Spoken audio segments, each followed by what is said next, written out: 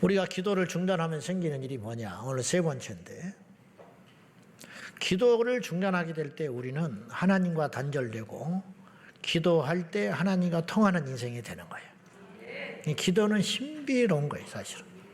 기도는 이런 것이다 저런 것이다 함부로 말할 수 없는, 기도는 알든 모르든 해야 되는 게 기도라. 그래서 하는 사람은 기도를 할 수 있어요.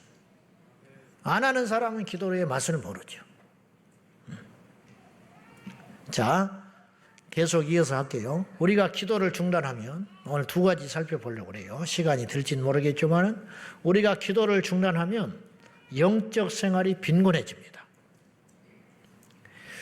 자, 우리의 이제 이 사람이라는 건 세 구조로 되어 있어요. 세 구조. 이 뭐냐? 첫째는 몸뚱아리로 되어 있는 거예요. 육. 육이 중요한 이유는 이 육이 정신과 영을 담고 있어서 그래요. 정신과 영을. 근데 사람이 성숙하지 못하면 겉에 육만 보고 판단하죠. 근데 이제 조금만 지혜가 있고 지식이 들어가면 그 속에 있는 사람을 보게 돼요. 인간성이 보이고 이 사람의 지혜가 보이고 이렇게 되는 거죠. 근데 이걸 보는 눈이 없으니까 사람들이 이제 무슨 점쟁이를 동원해서 사람을 보려고 하고 뭐 이런 짓을 하지요.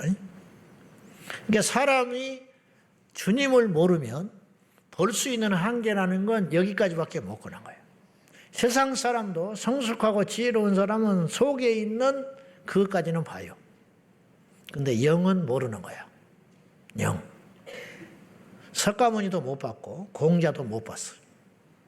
그러나 예수 믿는 자는 영의 일에 본능적으로 관심을 갖게 되는 거예요.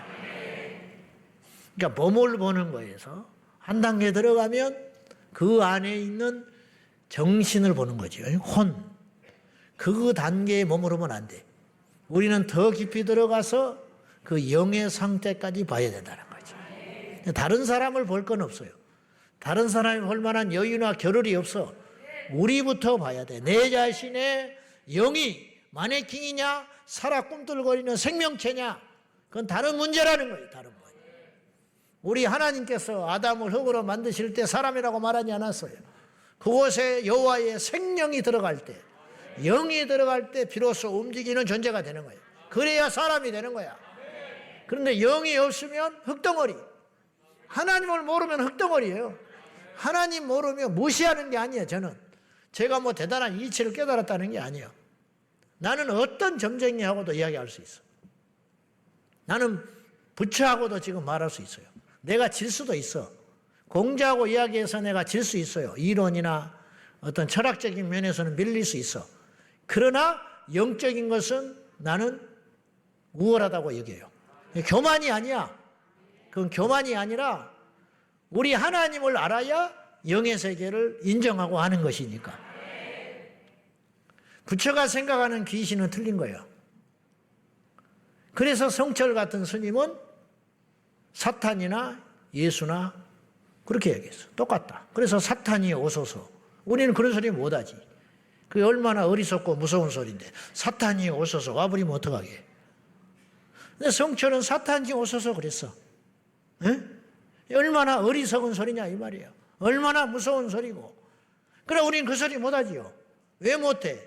아니까.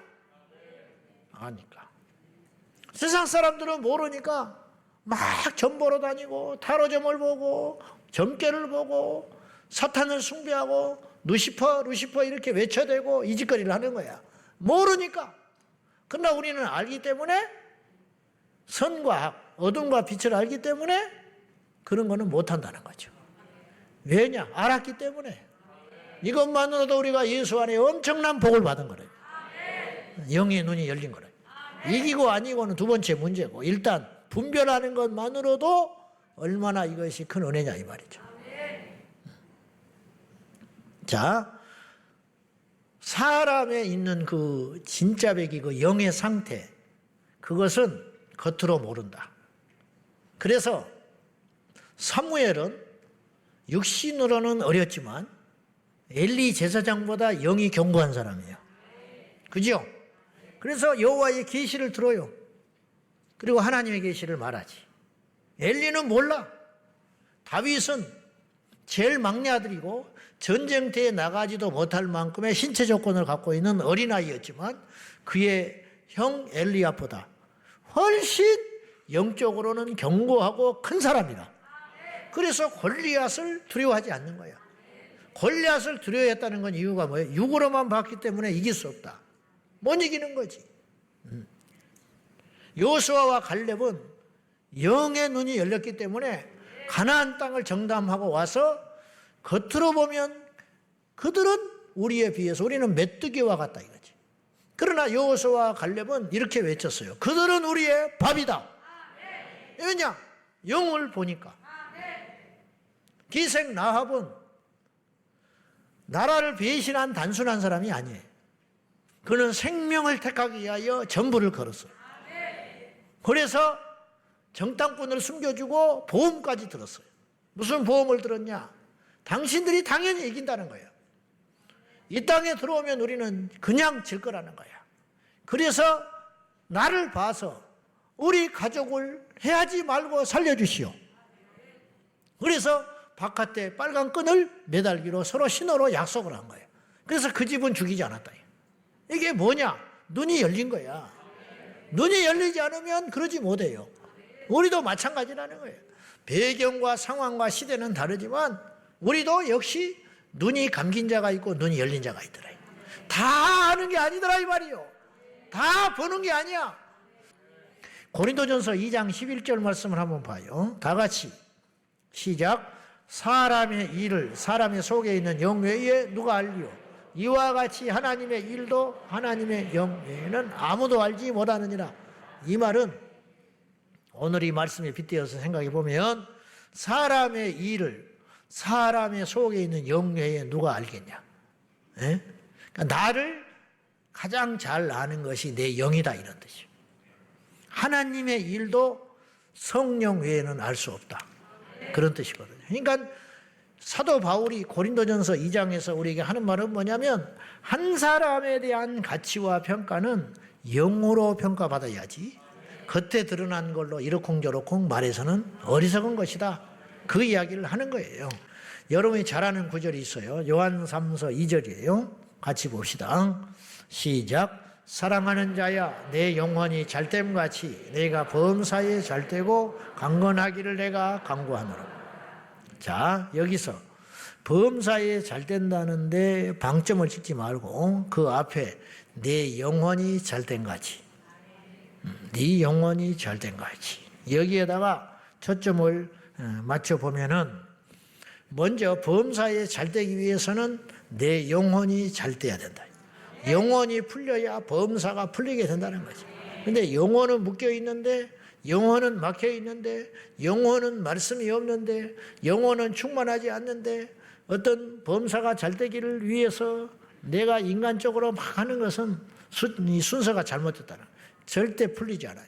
모든 일에는 순서가 있고, 인생에도 순서가 있고, 성경에 심지어는 말씀에도 순서가 있어요. 말씀에도. 그래서 기도하면 응답받고 우리가 하나님을 찾으면 그분이 찾아오시는 것이고 회개하면 구원받는 것이지 구원받고 회개하는 게 아니에요. 무슨 말인지 알겠어요? 회개해야 구원받고 회개해야 거듭나고 우리가 믿음으로 주님께 나갈 적에 응답받는 것이지 이게 다 순서에 대한 이야기 아니겠습니까? 그런 것처럼. 그리고 땅에서 풀어져야 하늘에서 풀어지는 거야. 이게 마태복음 16장 이야기. 땅에서 풀면 하늘에서 풀릴 것이고 땅에서 매면 하늘에서도 매일 것이라. 이게 순서가 굉장히 중요하다는 거죠. 이런 것처럼 내 영혼이 잘된 상태이기 때문에 범사가 잘되고 강건한 것이지 내 영혼이 막혀있는데 범사가 될 리는 없다. 설령 됐다 할지라도 그건 되는 게 아니에요. 되는 것처럼 보이는 것이고 결국에는 파국에 들어가게 되는 것이. 그러므로 저와 여러분은 어디에 더 많은 관심과 더 신경을 써야 하는 것이냐면 내 영적인 상태에다 관심을 둬야 된다. 근데 내 영적 상태의 건강함은 어디에 달려있느냐? 피정코 말씀드릴 수 있는데 그거는 기도에 달려있다는 거예요. 기도. 그러면 우리가 왜 기도하면 내 영혼이 강건해지고 부유하게 되는 그 원리는 뭐냐 이 말이에요. 우리가 그건 알고 있어요. 기도하면 내 영이 충만해지고 기도하면 강건해지고 그렇게 이제 알고 있는데 경험상 왜 그렇게 되느냐. 아까도 말했다시피 영과 육은 서로 상극이 되는 거예요. 다시 말해서 영이 풍성하면 육이 힘을 잃고 육이 풍성하면 영이 힘을 쓰지 못한다는, 이건 틀림없는 거예요. 시소는요 절대로 가운데 있지 않아. 줄다리기 해보면 반드시 0.1mm라도 한쪽으로 쏠릴 거 아니에요. 무승부는 없어요. 사람이 눈으로 식별을 못할 뿐이지 그냥 무승부 이렇게 이야기하는 것이지 무승부가 있을 수 있겠어? 응? 줄다리기를 예수님 오실 때까지 해보라고. 응? 수천만 번 수억 번을 해보라고. 무승부가 나올 수 있냐고. 똑같은 사람, 똑같은 조건의 사람들끼리 똑같은 숫자의 사람들이 모여서 줄다리기를 해도 왼쪽 오른쪽이 다르고 그날의 컨디션에 따라 다르고 체중이 똑같아도 힘쓰는 게 다를 거 아니에요. 그러므로 그리고 시작했을 때 무승부가 있을 수는 없다니까. 겉으로 보기에는 무승부로 보이지만 반드시 한쪽으로 기울어질 거 아니에요. 이처럼 영과 육은 절대로 공존이 불가능한 거지. 틀림없어요. 세상과 하나님은 겸하여 섬길 수 없어요. 절대로. 100%. 그럴 수 있는 것처럼 보이지만 그건 불가능한 거예요. 세상을 따라간다는 건 주님과 멀어졌다는 것이고 주님을 가까이 한다는 건 세상과 멀어졌다는 것이지 절대로 그건 있을 수 없는 일이라는 거예요. 그래서 혈기를 내면 기도가 막히는 거예요. 세상을 사랑하면 기도가 막혀요. 누군가를 미워하고 시기하고 두려워하면 기도가 막히는 거예요. 언제부턴가 기도가 안 되는 사람들이 있을 거예요. 그 원인을 찾아야 돼요. 에베소 교회를 향하여 요한계시록에 주님께서 경고했어요. 처음 사랑을 회복해라. 근데 무서운 거는 에베소 교회는 처음 사랑이 식은지를 몰라. 모르고 있다니까. 근데 성령께서 경고했어요. 뭐라고 경고했냐? 어디서부터 떨어졌는지. 떨어진 시점이 있을 거라는 거예요. 반드시 있다. 범죄했을 때 혹은 상처를 입었다든지 세상을 사랑했다든지 뭔가 문제가 있었을 때 그 고난을 당했다든지 교만했다든지 여러 가지 이유는 수만 가지일 수 있죠. 그 시점을 찾아가지고 거기에 가서 돌아가서 너는 회개하라 그랬어요. 성령께서 강하게 경고했어요.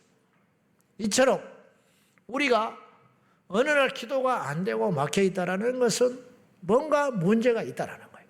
거꾸로 안 되면 어떻게 해야 되냐? 주저앉아 있어야 되느냐? 그건 바보 천치라는 짓이에요. 안 되니까 뚫고 나가야 되는 거야. 오늘 여러분이 그래서 잘 온 거예요. 오늘 오기 전에 내가 갈까 말까 갈팡질팡. 그리고 왔어도 별로. 그러나 여러분이 아는 것보다는 나아. 와서 오늘 하나님 앞에 그나마 부르짖고 어떤 모양, 어떤 대가를 여러분이 몇 시간에 그 대가를 치렀다든지 밥도 안 먹고 대가를 치렀다든지 그리고 주차 때문에 힘들었다든지 추위 때문에 그랬다든지 집안 형편이 지금 나올 수 없는 상황인데 나왔다든지 반대를 무릅쓰고 나왔다든지 뭐 어쩔 수 없이 나왔다든지 여러 가지 대가를 치르고 이 자리에 와 있지만은 그 어떤 대가를 지불하고 이 자리에 왔다 할지라도 그 대가에 비하여 오늘 얻는 것은 훨씬 더 큰 것이에요. 그건 말할 필요가 없어요. 100% 꼭 우리 교회가 아니더라도 기도원에 가서 기도를 하다든지 다른 교회에 철야를 한다든지 그렇게 하고 있다면 100% 안 가는 것보다는 훨씬 유익한 것이다 이 말이에요. 유익한 것. 자, 우리가 육으로 충만하면 기도가 반드시 막히게 돼 있어요. 갈라디아서 5장 19절과 21절이에요. 한번 봅시다. 시작. 곧 음행과 더러운 것과 허색과 우상 숭배와 주술과 원수 맺는 것과 분쟁과 시기와 분냄과 당짓는 것과 분열함과 이단과 투기와 술취함과 방탕함과 또 그와 같은 것들이라. 전에 너희에게 경계한 것 같이 경계하노니 이런 일을 하는 자들은 하나님의 나라를 유업으로 받지 못할 것이요. 성경에 딱 못 박았어요. 이런 자들은 하나님 나라 유업을 못 받는다. 하나님 나라 못 간다. 근데 이 말을 무섭게 안 듣는 것 같아. 그냥 이렇게 살아가요. 그러면서도 나는 예수 믿으니까 괜찮아. 그냥 막연하게 생각하는데 절대로 그렇게 쉽게 생각할 일이 아니라는 거예요. 성경에 경고하고 못을 박았지 않습니까? 근데 여러 가지 이와 같은 것들이라 그랬어요. 그와 같은 것들이라 이것 외에도 많다. 근데 요약한 거예요. 이것들을 세 가지로 요약을 해볼 수 있어요. 육체에 속한 일들은 세 가지로 요약해 볼 수 있어요. 첫째, 음행. 그 음행 안에는 더러움과 호색, 색을 탐하는 거, 뭐 이런 거, 음담패설을 즐기는 거, 막 이런 거 쫓아다니는 거, 젊은이들도 마찬가지. 건강하게 사귀라고 내가 누차 이야기했어요. 건강하게 사귀어야 돼. 알겠어요? 사귀고 싶어도 못 사귀겠지만은 건강하게 사귀어야 돼. 알았지요? 꼬맹이들 말고. 꼬맹이들은 사귀면 죽어요. 머리에 피도 안 마른 것들이죠. 음행이라, 음행. 이게 더러운 일이에요. 호색. 이게 육체의 일이라, 육체의 일. 두 번째는 우상숭배, 주술, 이단에 속하는 거. 그 다음에 제일 많은 게 원수 매점. 이 세 번째 묶음으로 볼 수 있는데, 분쟁하는 거, 시기하는 거, 분내는 거, 당짓는 거, 분열, 투기, 술취함, 방탕 이런 것들이 다 그 부분에 들어갈 수 있다. 크게 음행과 우상숭배와 그리고 당짓는 거, 분열시키는 거, 이렇게 원수 맺는 거, 육체의 일, 이런 것들이 육체의 일이라고 할 수 있어요. 이런 상태에 있다면 우리 육은 사단에게 자꾸만 근거를 주는 것이고 먹잇감을 주므로 우리 영은 빈약하게 되고 빈곤하게 된다. 그래서 점점 예배와 멀어지고 교회와 멀어지고 하나님의 일과 멀어지고 셀 모임도 가기 싫고 기도를 나오지를 않아요. 기도를 할 수가 없고 이렇게 되는 일이 벌어지는 거예요. 점점. 옛날에는 안 그랬어요. 근데 어느 날 점점점 야금야금 마귀의 공격을 받고 악한 영의 공격을 받고 육체의 유혹을 계속 받아요. 세상에 장사 없어요. 그러니까 악착같이 붙잡고 있는 거예요. 못 이긴다니까 세상을. 죄를 못 이겨요.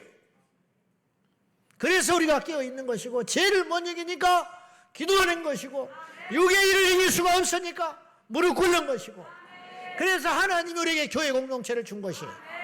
그래서 셀 모임에 가는 것이고 출석이라도 불러서 이 자리에 와가지고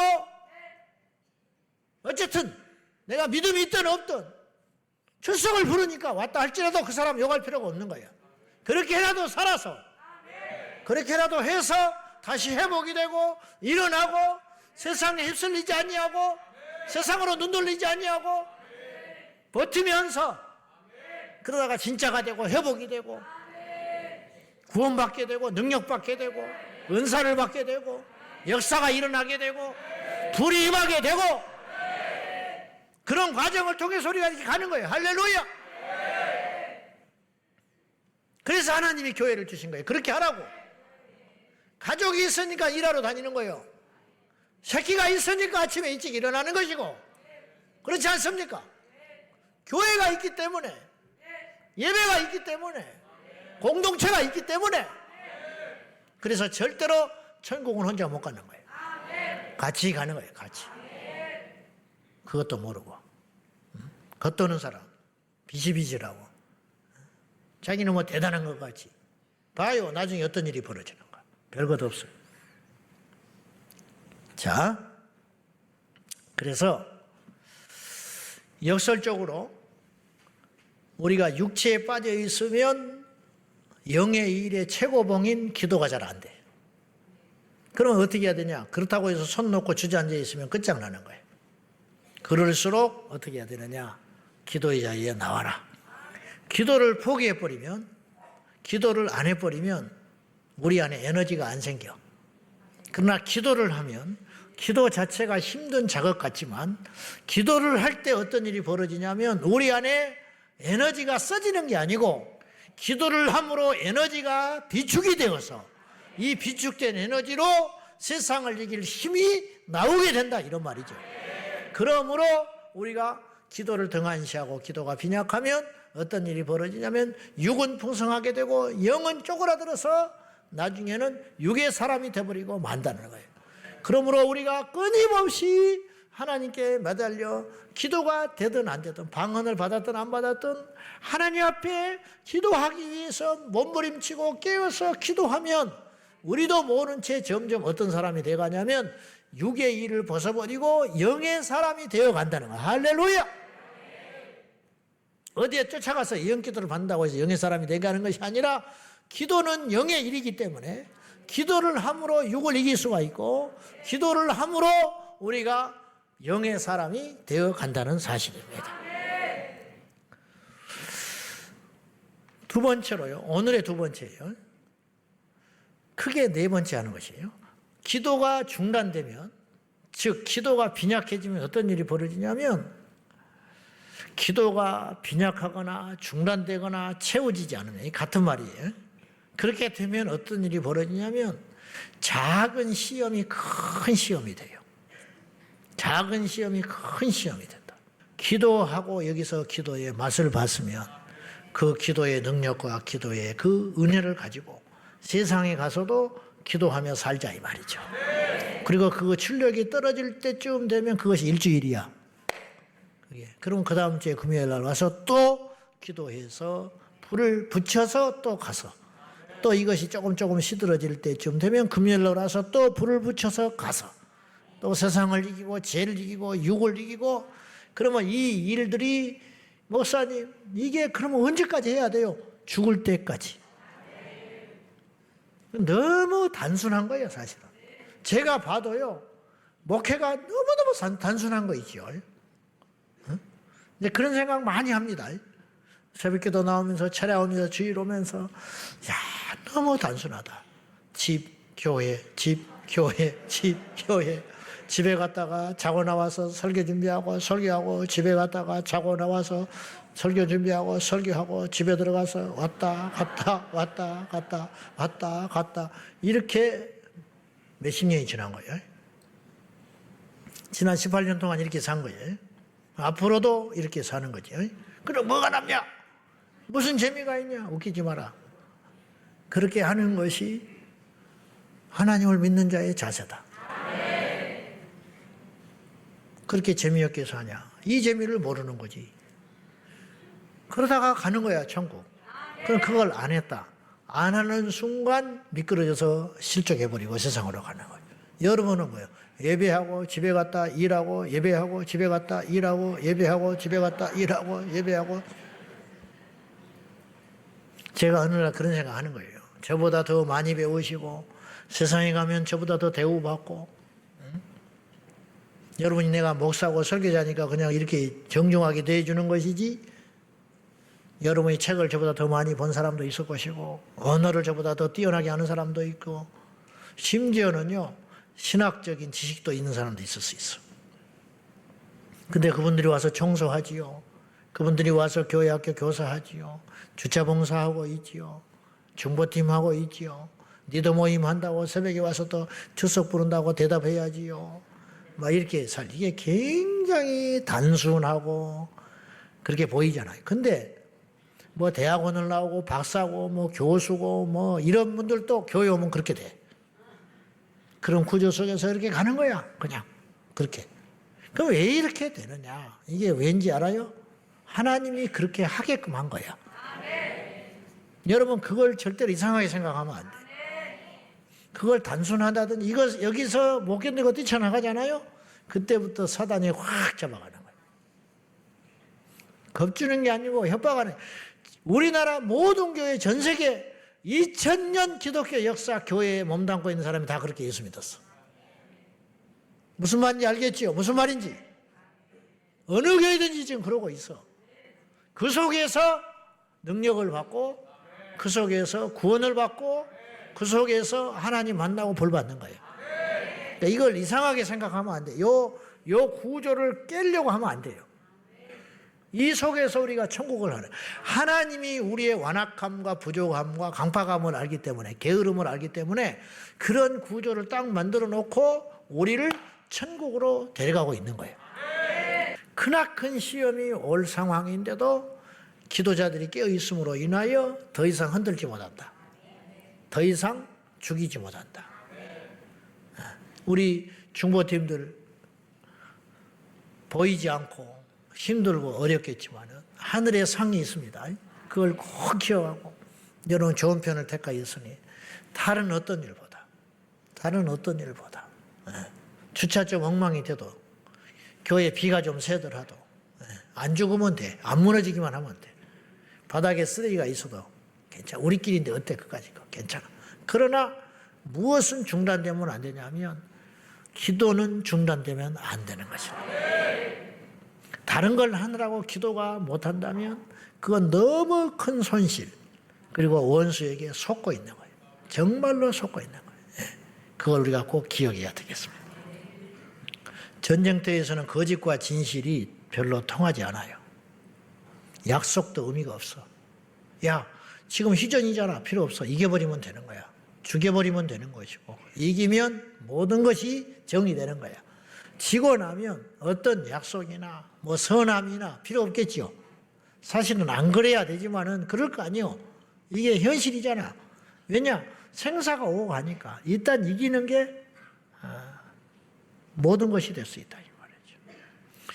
원초적인 목숨의 위협을 느끼면 다른 어떤 것은 아무런 문제도 안 되는 거예요. 우리에게 시련과 환란이 올 수 있어요. 근데 이 정도로 가지고 펑펑 이제 다 넘어지게 생겼다. 이 정도 가지고 그러면 안 돼. 이 정도 가지고 무슨 말이냐면은 지금 원초적인 어떤 문제나 위기가 넘어서니까 배가 좀 부르니까 뭐 반찬 투정하고 뭐 밥이 지네 뭐 어쩌네 뭐 이런 소리 하고 있는 것이지, 정말 배가 고파 보라고. 라면에 몸이 안 좋니 이런 소리는 배가 부른 소리야. 그거는 이미 건강을 우리가 생각하고 음식을 가려 먹는 수준의 상태가 됐다는 것은 우리에게 의식주가 해결됐다는 뜻이에요. 그러고 나니까 자존심 상한다, 상처 입었다, 어쨌다는 소리를, 그 소리에 나는 잠을 못 잤느니, 그 소리에 내가 뭐 어쨌느니 뭐 이런 소리가 나오게 되는 것은 그거는 원초적인 것이 해결됐기 때문에 그러는 거예요. 정말 우리에게 고난의 시험의 강도가 있으면 다른 거는 보이지도 않는 거예요. 그런 거는 안 보여요. 그런 거는. 그렇게 돼 있어, 사람이라는 것은. 지금 이 시대에 우리가 예수 믿는 우리들이 뭐 시련을 당하고 어쩐다 해도 초대교회 성도들이 당했던 시련과 핍박하고는 비교가 안 되는 거예요. 사도 바울은 고린도후서 11장 24절에서 27절까지 해서 그가 당한 시련을 이렇게 고백을 했어요. 한번 읽어봅시다. 시작.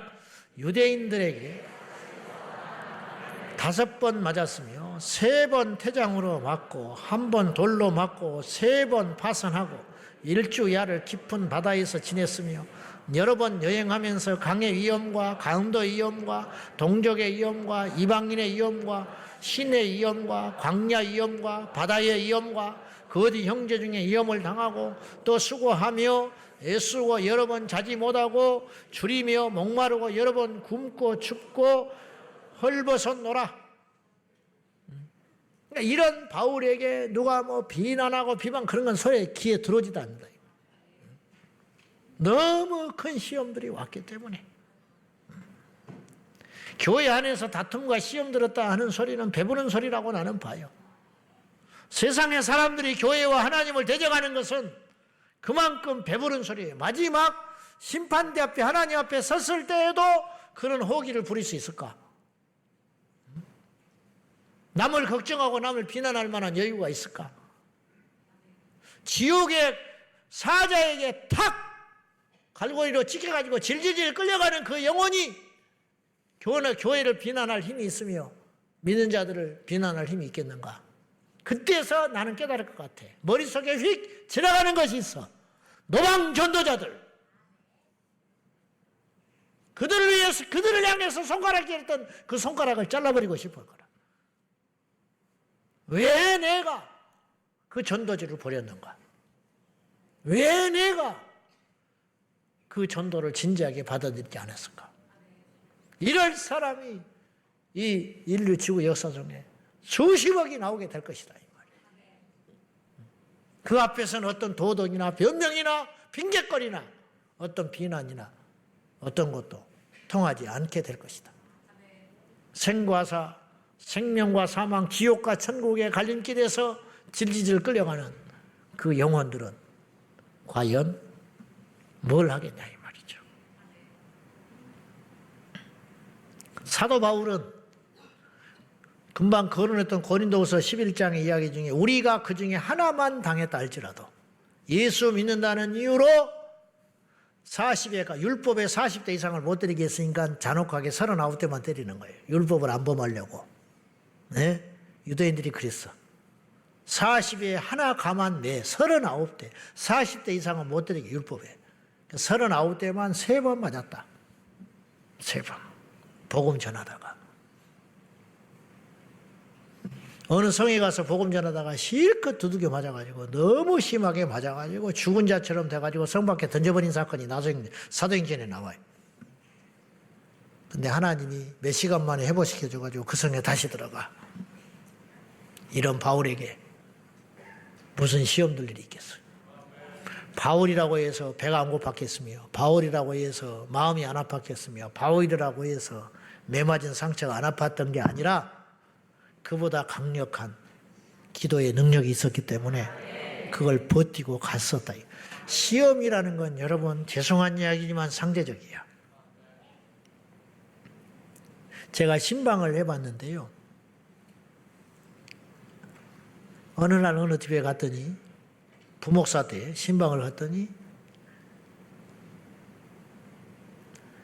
남편이 너무 집에 오면 텔레비만 본다고 걱정이 한가름이야. 에? 남편이 퇴근하면 텔레비만 빠져 있다는 거야. 그것이 이 사람의 너무 큰 기도 제목이라. 이 사람은 그게 큰 문제야 지금.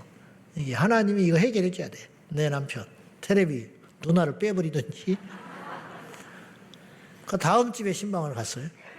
갔더니 그 집은 자기 애가 컴퓨터 게임에 빠져서 미쳐버렸다는 거예요. 그 다음에 다른 집에 신방을 갔어요. 남편이 암으로 누워 있었어.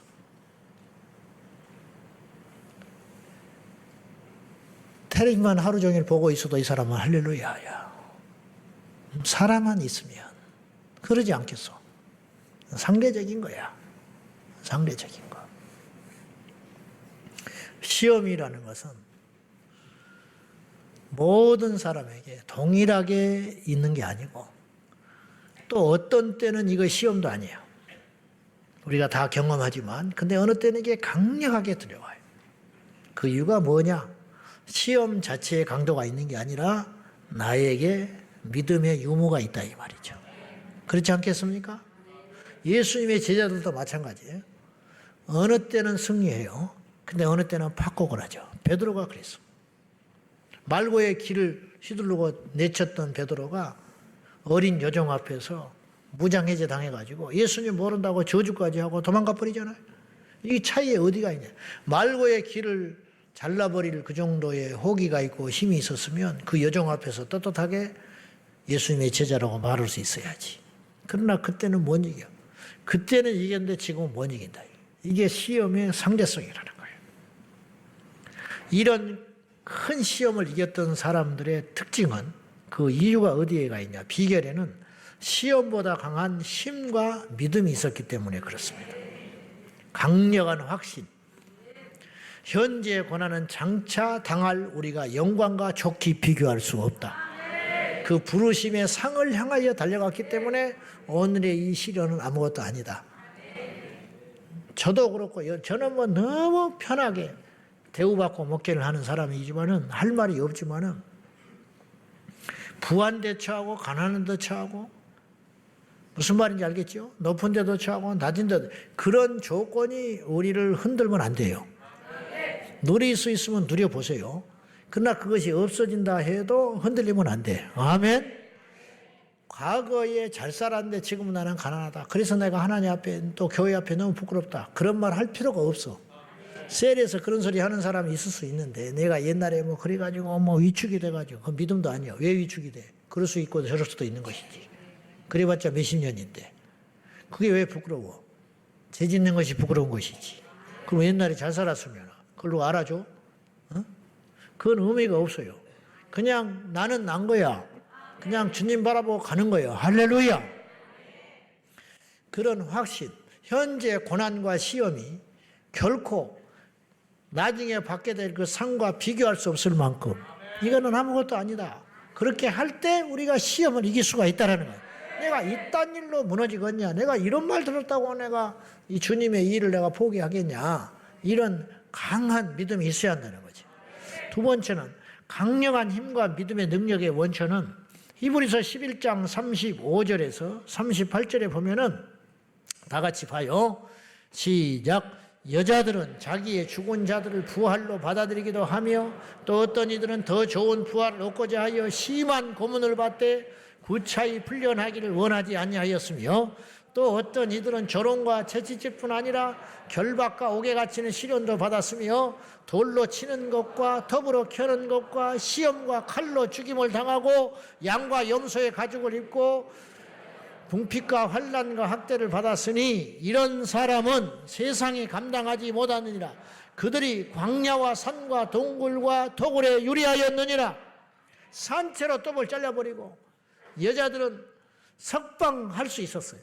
예수만 버리면, 부정하면 석방을 받을 수 있음에도 불구하고 성경은 뭐라고 그러냐? 구차히 풀려나기를 원하지 않았다. 내가 여기서 죽어서 천국 가는 것이 낫지, 여기서 내가 타협해가지고 구차하게 풀려나서 얼마를 더 사는 건 나에게 의미가 없다, 이렇게 생각해버렸다는 거예요. 그럼 이들이 이단에 빠진 자냐? 뭐에 체면에 걸린 사람이냐? 가스라이팅 당했냐? 세뇌당한 사람들이냐? 그것이 아니고 이들에게 세상에서 오는 이런 시련과 시험보다 강한 믿음이 있었기 때문에, 어떤 사람은 말 한마디에 넘어지지만 어떤 사람은 뺨을 맞아도 자기가 죽을 지경이 되어도 오직 예수를 붙잡고 있다 이 말이죠. 환난을 만나봐야 하는 거야. 그러니까 우리는 평안한 시대에 살고 있지만 그날을 염두에 두고 지금부터 준비해야 된다 이 말이에요. 전쟁이 안 일어났지요. 그러나 훌륭한 병사, 깨어있는 병사는 전쟁이 지금이라도 일어날 수 있다. 전쟁이 일어나면 나는 어떻게 싸울 것이며 과연 어떤 승리를 이루기 위해서 뭘 해야 되는가? 장착하고 준비하는 자가 승리할 수 있는 것이라는 거예요. 우리에게 비록 환난과 시험이 없지만은 일어날 수 있다는 전제를 가지고 오늘 무장하고 준비하고, 내가 주기철 목사라면, 내가 손양원 목사님이라면, 내가 초대교회 성도들이라면 어느 날 법이 바뀌고 세상이 뒤숭숭해지고 경제적 위기와 환난과 전쟁과 시련 속에서 내 믿음의 위협을 당할 때 과연 나는 무슨 힘으로 이런 시련들과 시험을 이길 수가 있을 것인가? 이걸 대비해야 된다. 말 한마디에 안색이 바뀌고 퍽퍽 나가 떨어져가지고는 무슨 수로 앞으로 다가오는 시험과 시련을 이길 수가 있겠냐는 거예요. 안 된다는 거죠. 마지막으로 기도하면 큰 시험도 작은 차차송의 태풍으로 끝나는 것이고, 기도가 중단되면 작은 시작도 큰 고통을 우리에게 가져다 줄 수 있습니다. 이 시험에 대한 성경의 권면, 이기는 비결은 이것이에요. 시험에 들지 않게 깨어있어 기도하라. 이게 예수님 말씀이에요. 시험에 들지 않게 기도하라는 말은 저는 이렇게 해석하고 싶습니다. 시험에 들지 않게 해주세요라고 기도하라는 말이 아니라 기도하면 시험에 들지 않는다 이런 뜻이에요.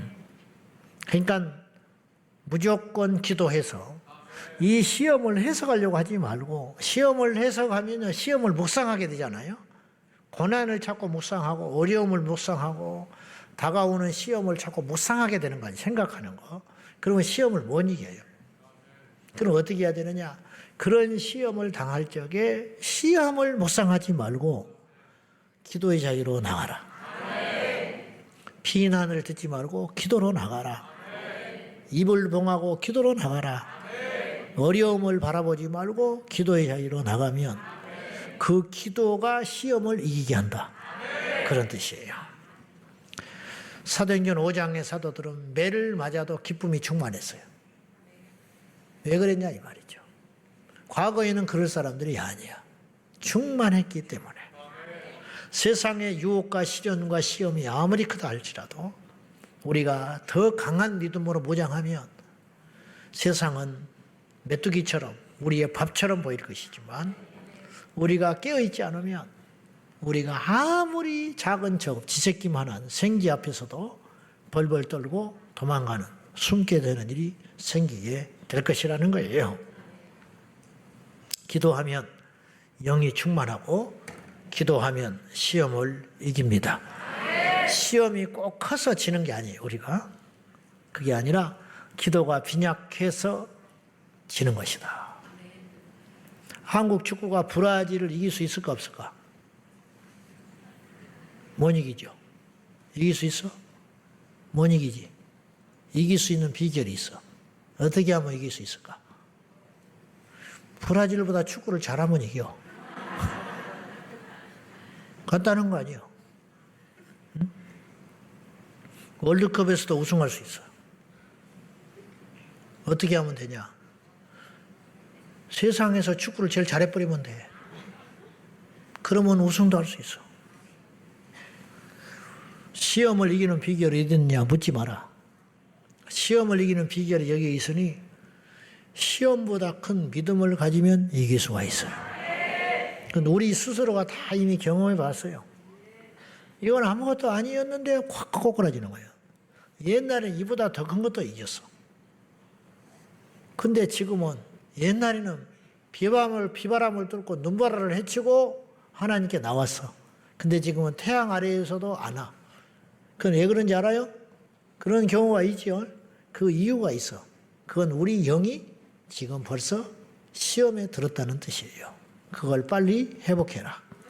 그렇게 말씀드리고 싶고, 손해보지 말고 하나밖에 없는 인생, 괜히 삐죽거리고 시험 들고 어둠에 캄캄한 데 그늘에 숨어가지고 혼자 땅굴 파고 주저앉아 있지 말고 이 소중한 인생을 빛으로 나와서 하나님의 은혜를 받고 이 시련을 이기고 내가 굳게 선 다음에 다른 사람까지 챙겨서 함께 천국 가고 하늘에서 상을 누리는 예수님의 군사들이 되기를 주님의 이름으로 축복합니다.